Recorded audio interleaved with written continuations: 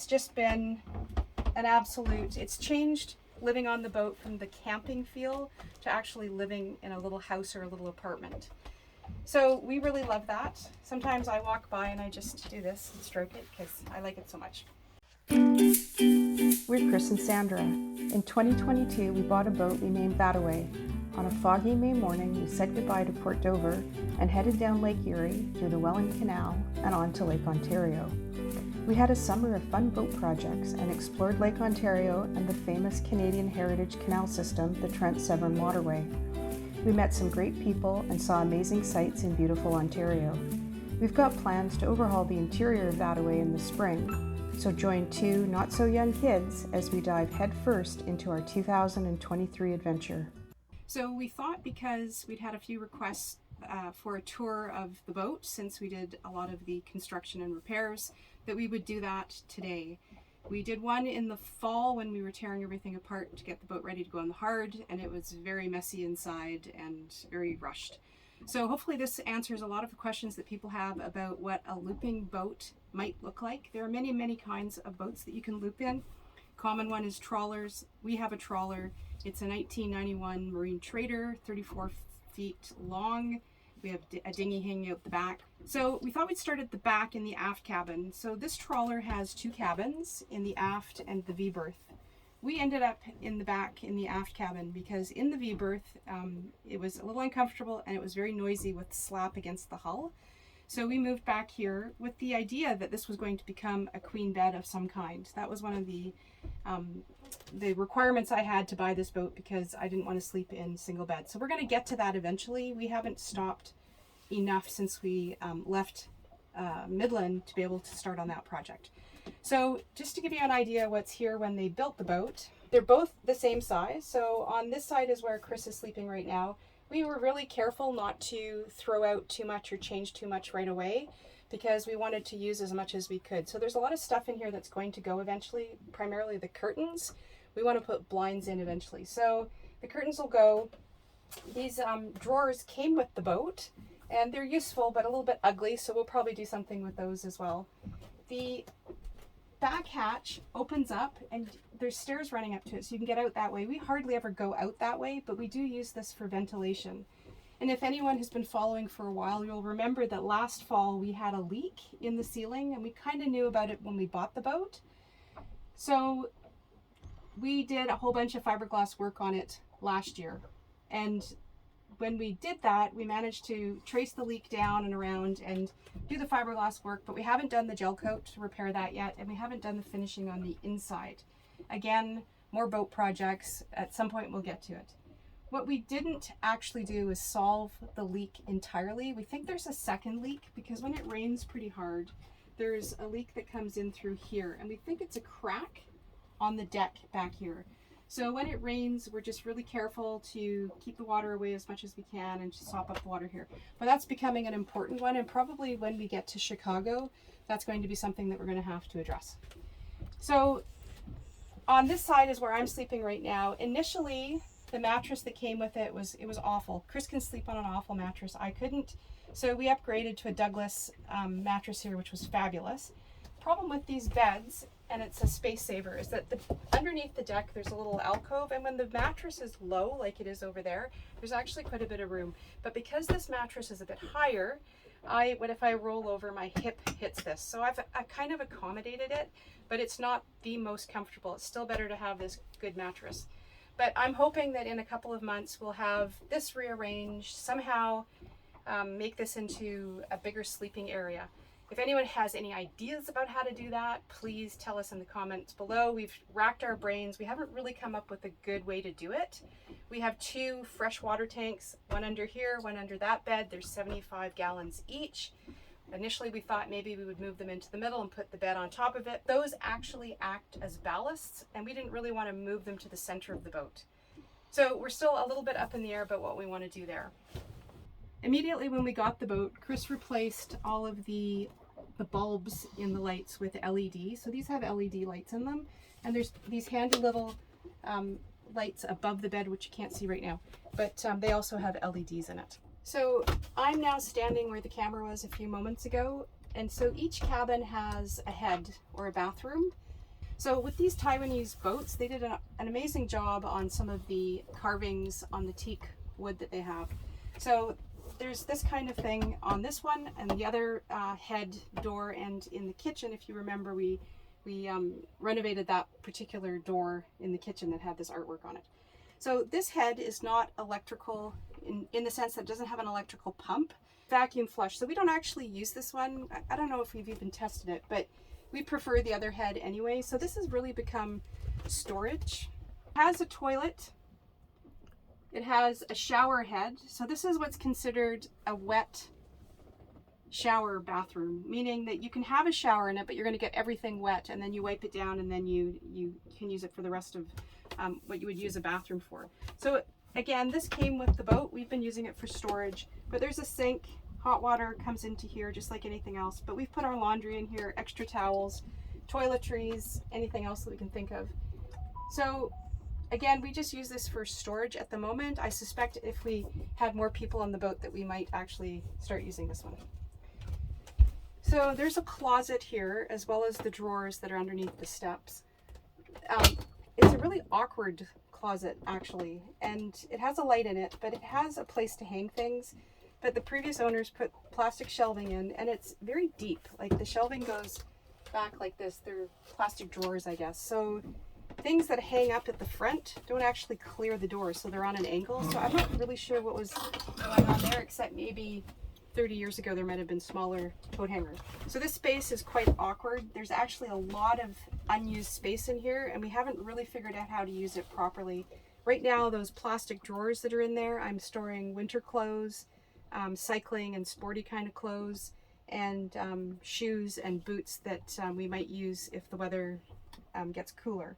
And then some of my clothes are ending up at the bottom here that I use a little bit frequently because I have two drawers over there. Up on top, and just before I go on, I'm thinking a little bit, and I've only said it once, that we might put a combo washer dryer in here. It wouldn't fit through the door, but with some modification here, it probably would go in. And we've found that laundry is probably one of our bigger ongoing expenses. Depending on which marina you might be at or where you find a laundromat, we're spending upwards of $20 a week on laundry. And it becomes very cost effective if you can get a little unit on the boat that doesn't use too much water to be able to do laundry on the boat. So hopefully we'll do something like that. Up here also wasted space.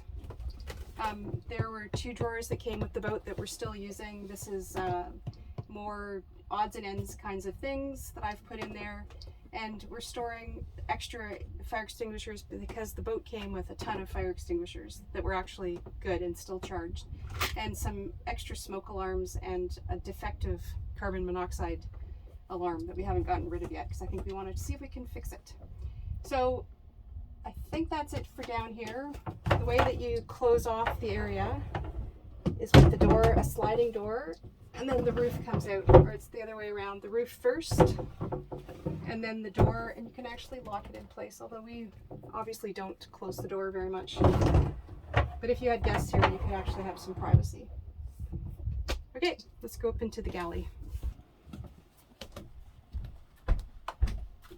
Okay, so now we're in the galley, or the kitchen, and the salon, or the living room. So let's start here.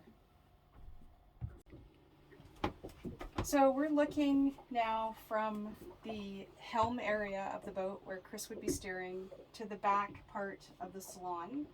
And this is the main seating area. There's storage space up here. Right now we use it for photography equipment and electronics, and for tablets and anything else that might be related to that kind of thing. I keep my purse up here. This is a box that has all sorts of office supplies in it, just in case we need printer, ink for the printer, or whatever. This seating area changed a little bit. When we first got the boat, we had a pedestal on the floor with this actual tabletop on it, but we had to move the table around and it was scraping the floor, and I don't think it was original to the boat. And when we finally got the boat back in the water this spring, Chris found a little mechanism that he put on it, and we mounted the table there. So we can actually move the table quite a few directions and get it out of the way and do stuff. It's not perfect yet. I think we're going to replace the table with something else, maybe something a little smaller. I'm not sure yet, but this was heads and tails ahead of what we had.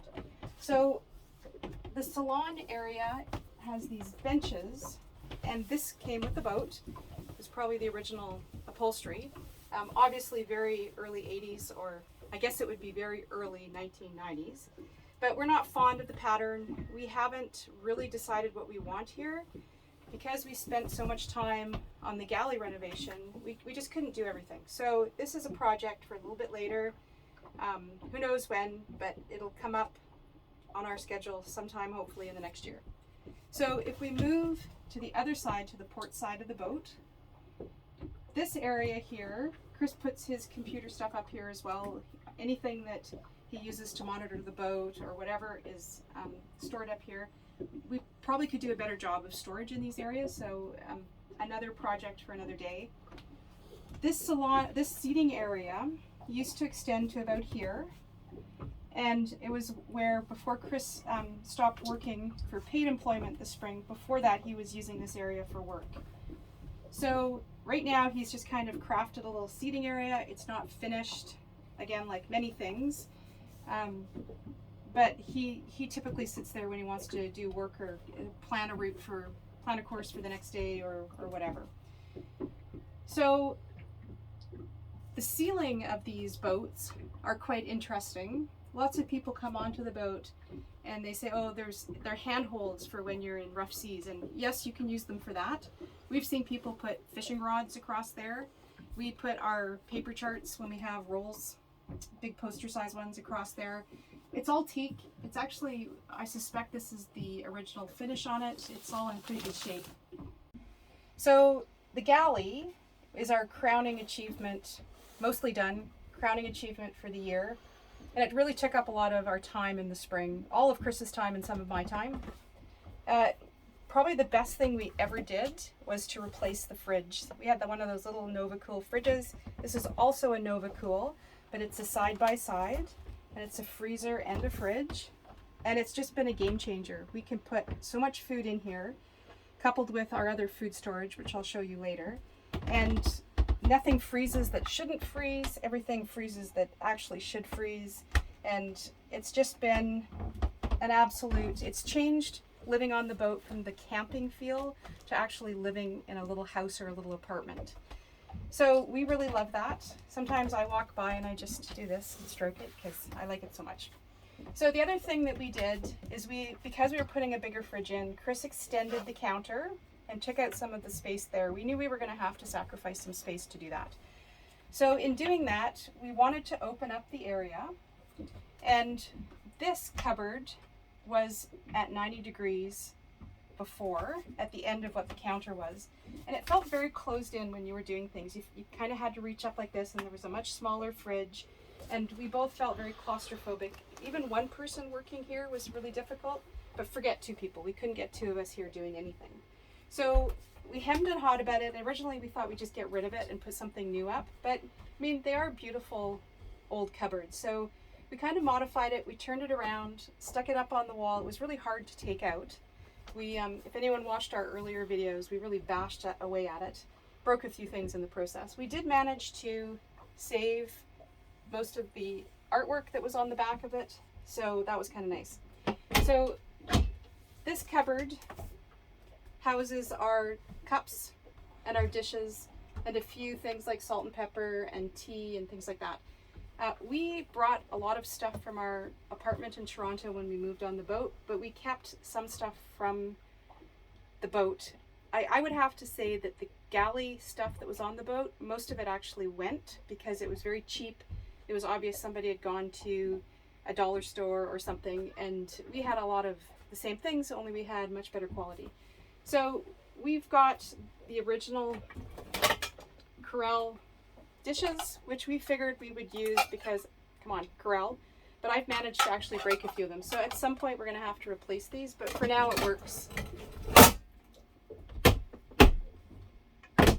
So we really love this. So just going to move our, and even living on a boat, you can have your morning latte. We do. This is the smallest espresso machine that we could find. We actually had it in our apartment in Toronto, and It's just perfect on the boat. So I'm just going to move this a bit out of the way. Our bread, a couple of avocados. Chris put 2 circuits up here so that when we ran electrical things on the boat, that we wouldn't necessarily trip as easily. So when we just get down here a bit more, the stovetop runs on one circuit and the convection oven runs on another. And then they're split. These 2 are split between the other 2. So it's worked out really well. It has tripped occasionally, but usually if we've got something plugged in and it's ghosting a little bit of power, and then we hike something up really, really high, and it'll trip once in a while, but surprisingly very little. He's also got a few things here for charging USB-C items, which most of our devices are right now. Okay, so the countertop is a laminate, a Formica actually. It wasn't our first choice. Chris really wanted to get Corian because you can actually take bits out of it and form it to your liking, and we were going to put channels in it that would run on an angle that would run into the sink so that we could just put dishes on the counter and then the water would run in there. But it didn't work out. It was too expensive, too hard to get in our small time frame.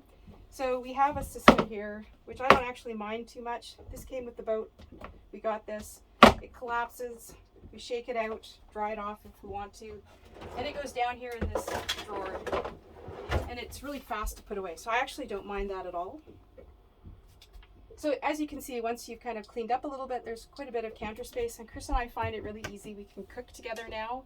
And we can actually cook on the stovetop and somebody can be chopping. So it makes living on the boat way more communal, and you know, if we had a couple other people here, we could have another person helping as well. There's that much space that we've got now.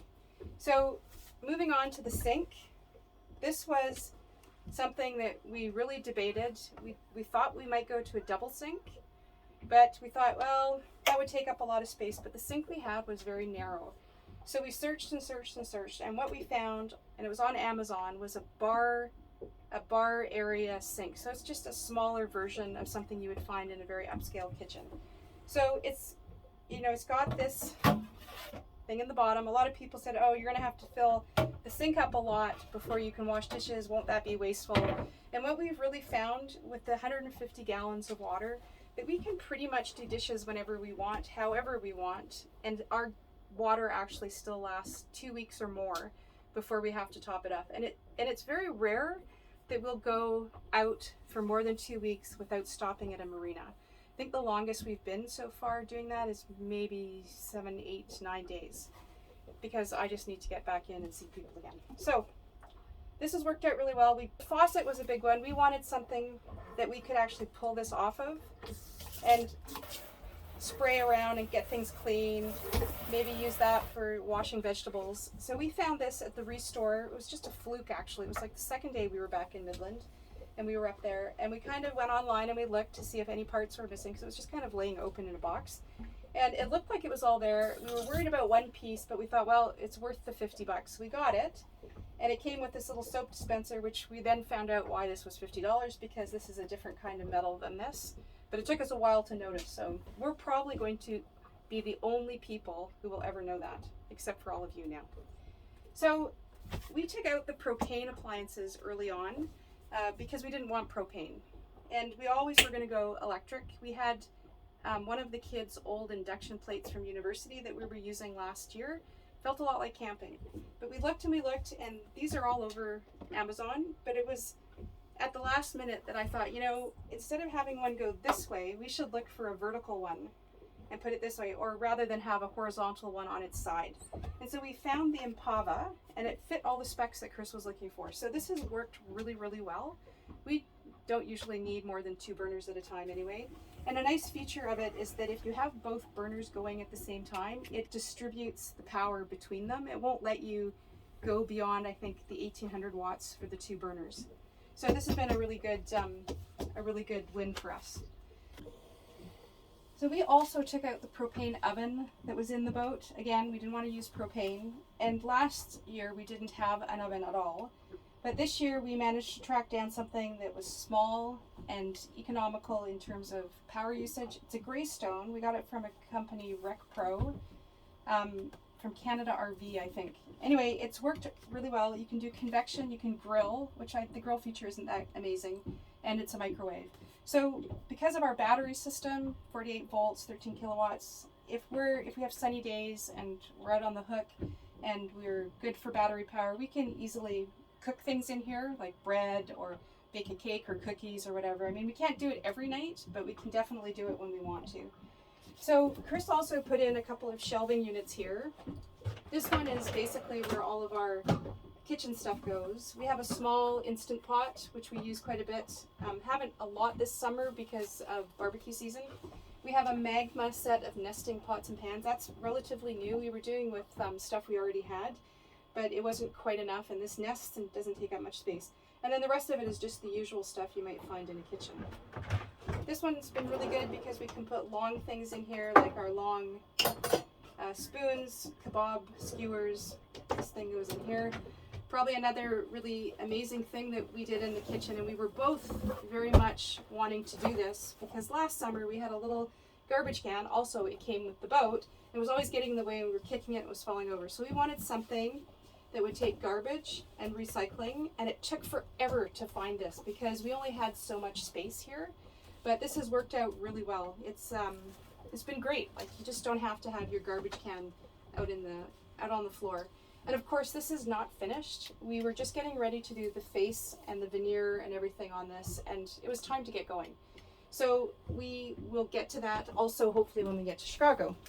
And again, whoops, the drawers, we decided to put in those really great soft close.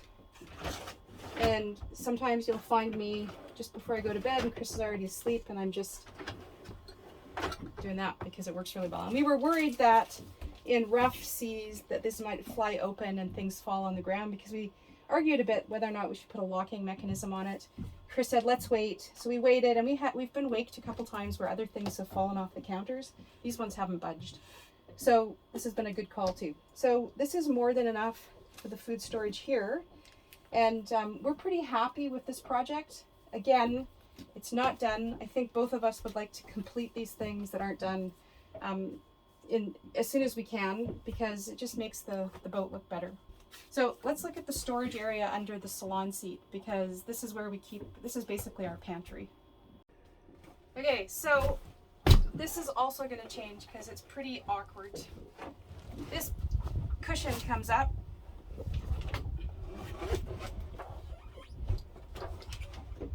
And this was cut out of the bench.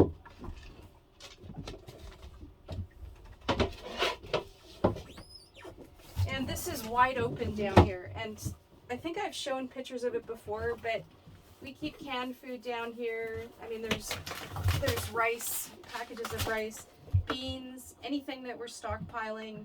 There's tomato paste, tomato stuff. Sometimes we put things down there and we go to do provisioning, and because it's awkward to get at every corner, we miss what's down there. We end up buying it again. So the plan is for this is that when we redo these benches to make them more comfortable, that we're going to put big sliding drawers like you'd find in a real home pantry underneath the table, so they come out. It's a real pain in the posterior to actually ask someone to get up off the bench, pull off the cushion, open the little trap door, reach in, do it all in reverse, sit down, only to discover that you need something else from down there. We tend to pull out what we need, what we think we need, and move it to a cupboard over there for handier access. Okay, I'm going to put this back together again. So I'm not going to take this one apart because that was awkward enough, but this cushion comes off. There's a little door also here, and there's a bit more space here up to about halfway because there's a set of drawers at the end here that are not very well used for space. So that's it for the galley, and we'll just turn the camera around and we'll look at the lower helm and just quickly look at what's there. So this is the lower helm. This area we try to keep as clear as possible because we've been spending more and more time down here when we're underway. With rough seas or inclement weather, we actually steer from down here. But this is a chart drawer. Obviously people don't use paper charts as much. It's kind of like your kitchen drawer now, but we'll probably change that into something else. not much to say here. It's got pretty good visibility from the front. This is the steering area. There's the steering wheel, and everything that's down here is mirrored upstairs as well in the upper helm. And we prefer to go up to the upper helm when the weather's nice, because the views are a little bit better. Okay, let's just quickly do the V-berth and see what that looks like. So this is the V-berth. It's a little smaller than the aft cabin. It's a little darker because it's lower down. And typically most people would sleep in a V-berth. We tried it. I don't know if I just stop talking for a minute, if you can hear the slap against the hull. And that's not very loud right now, but when it gets very wavy, that gets quite loud. So I found it hard to sleep down here, and we've talked about making this into a bigger bed because it seems easier than trying to redo something at the back. But what complicates things here is that there is a wooden railing that runs down here, in between here and over here. So we would have to take out all of this stuff, put in another piece, try to figure out how to make that work, make it clear the bathroom door, which you may or may not see right now. So I think we might try to do this first, because even if we don't end up sleeping here, if we have guests, it'll be more comfortable. There's storage on either side along the hull. Right now we're storing a little bit of extra navigational equipment, some teak wood that we think we're going to use a bit later. Here's the veneer for the kitchen, for some of it. And the other side has some computer equipment, a printer and a few other things, and our cycling equipment. The duvets are from our place in Toronto. This linen came with the boat. Not a big fan, but it was what we had, and we're not prepared to change it yet because we don't really have guests here. There's drawers on either side, and underneath the beds there's storage underneath these beds. So we've got some backpacking gear down there. I can't remember what else is down there, but there's stuff that we probably will only use once or twice, but you know, we want to have it when we want it.